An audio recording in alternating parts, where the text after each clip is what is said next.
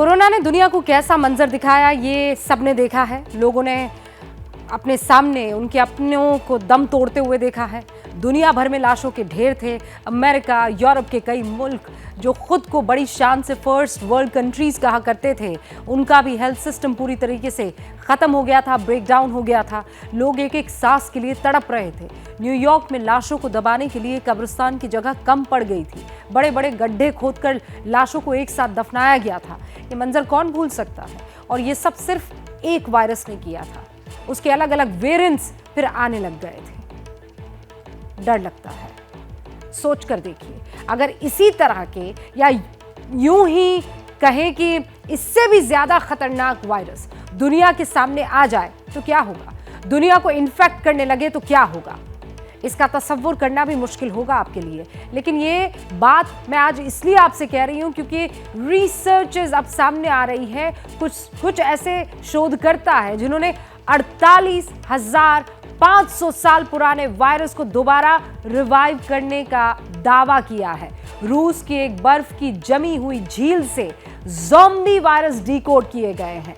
वैज्ञानिकों का मानना है कि अगर ये वायरस स्प्रेड हो गए तो फिर इंसानों के लिए बहुत बड़ी तबाही ला सकते हैं। सदियों पुराने वायरस के दोबारा जिंदा होने पर यह स्पेशल रिपोर्ट आपके लिए हमने तैयार की है। देखिए, क्या दुनिया में एक और महामारी आने वाली है?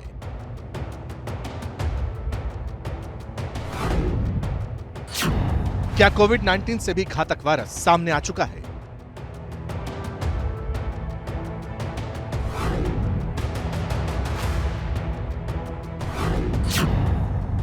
रूस में बर्फ के अंदर मौत बांटने वाले कितने वायरस हैं? इन सवालों का जवाब रूस की उस झील में मिला है जिसमें वैज्ञानिकों ने रिसर्च की।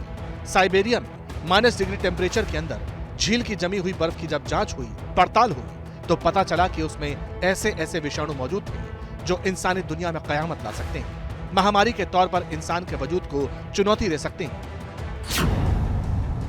लेटेस्ट रिपोर्ट के मुताबिक साइबेरिया में रूस, जर्मनी और फ्रांस के रिसर्चर्स को बर्फ में सदियों से दबे वायरस के बारे में जानकारी मिली और इन्हें दोबारा जिंदा कर दिया गया।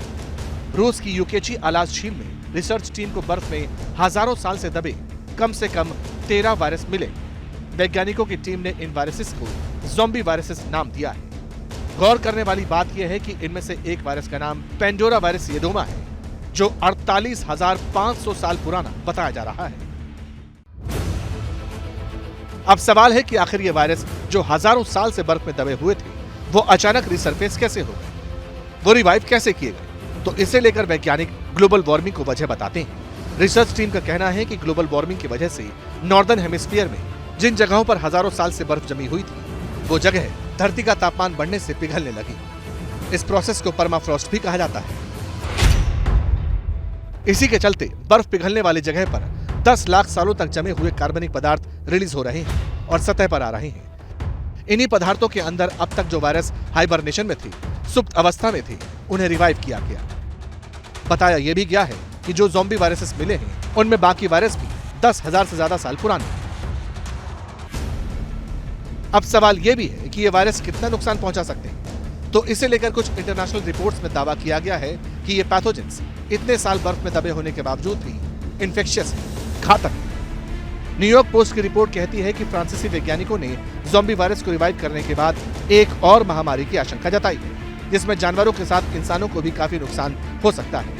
और चूंकि वायरस वक्त के साथ इवॉल्व करते हैं, नए स्ट्रेन सामने आते हैं, इसीलिए भी ये ज़ॉम्बी वायरसेस रिसर्चर्स के लिए नया चैलेंज बन चुके हैं।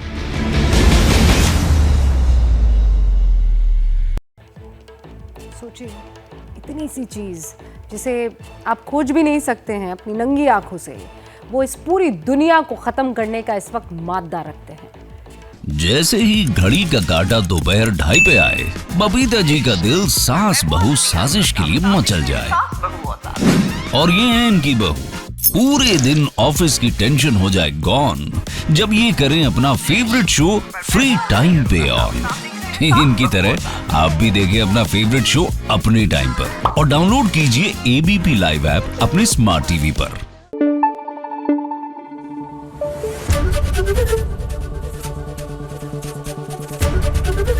एबीपी न्यूज आपको रखे आगे।